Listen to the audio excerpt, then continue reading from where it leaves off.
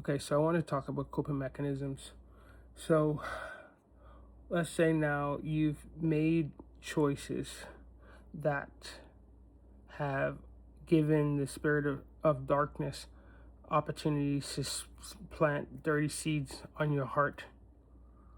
And so those seeds are now planted from darkness. Darkness now have access to your vessel because you've operated in disobedience. So now those doors are open.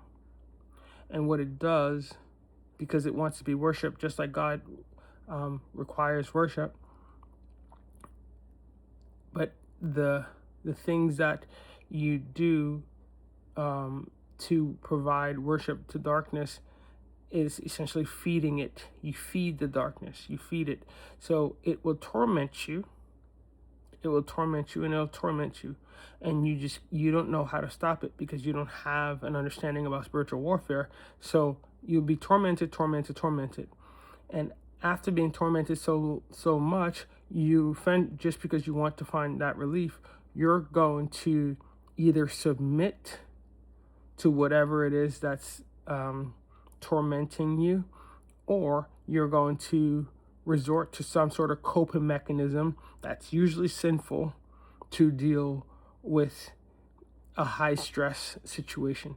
That can be going and getting drunk, that can be going and masturbating, that can be there's a long list. Whatever it is that's a vice that one resorts to smoking weed. I mean, it can be whatever, doing drugs. It can be a long list of things that you do to find to find relief and bring calm when things get out of hand. But it was choices that you made to allow that situation to get out of hand in the first place. So we must pay attention to those coping mechanisms, because while on the surface it seemed like, okay, this is how I cope. However, those are not things that you need to be holding on to. You need to bring that junk forward and operate in obedience so that you don't need to have coping mechanisms. There shouldn't be things that you have to run to find relief. And then when you're done doing that thing, you feel guilty, and then you have to go and pray and repent for what you did. It doesn't make sense. So you have to be ready to tackle, fight, and break free, and try find true freedom to break free from whatever those coping mechanisms are in your life that's causing you the torment and agony. But yeah, it's a sad thing, but everyone has them, and unless they've overcame them.